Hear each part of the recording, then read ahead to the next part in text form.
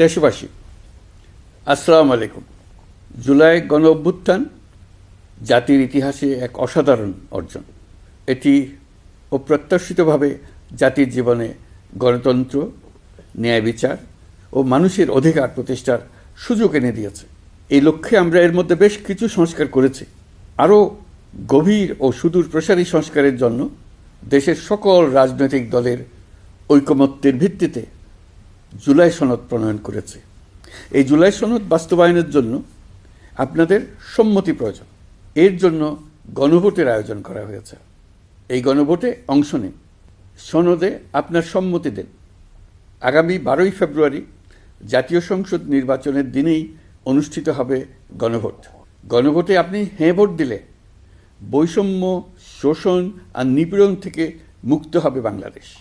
গণভোটে হ্যাঁ ভোট মানে তত্ত্বাবধায়ক সরকার ও নির্বাচন কমিশন গঠনে সরকার ও বিরোধী দল একসঙ্গে কাজ করবে। সরকার ইচ্ছামতো সংবিধান পরিবর্তন করতে পারবে না। গুরুত্বপূর্ণ পরিবর্তনের জন্য জনগণের সম্মতি নিতে হবে। এতে আরও বলা আছে, বিরোধী দল থেকে ডেপুটি স্পিকার ও সংসদের গুরুত্বপূর্ণ কমিটির সভাপতিরা নির্বাচিত হবেন।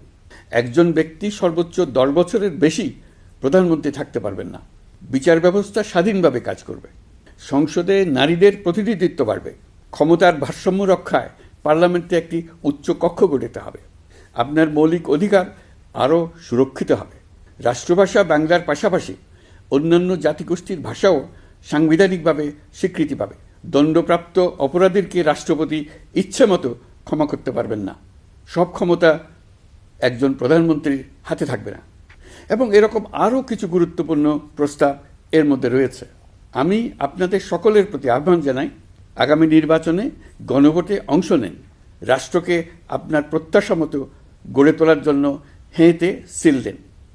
নতুন বাংলাদেশ গড়ার চাবি এখন আপনার হাতে। হেঁতে সিল দিলে নতুন বাংলাদেশ গড়ার দরজা খুলে যাবে।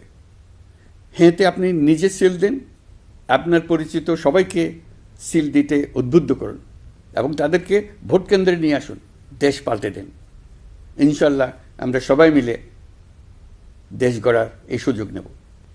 মহান আল্লাহ আমাদের সহায় হন।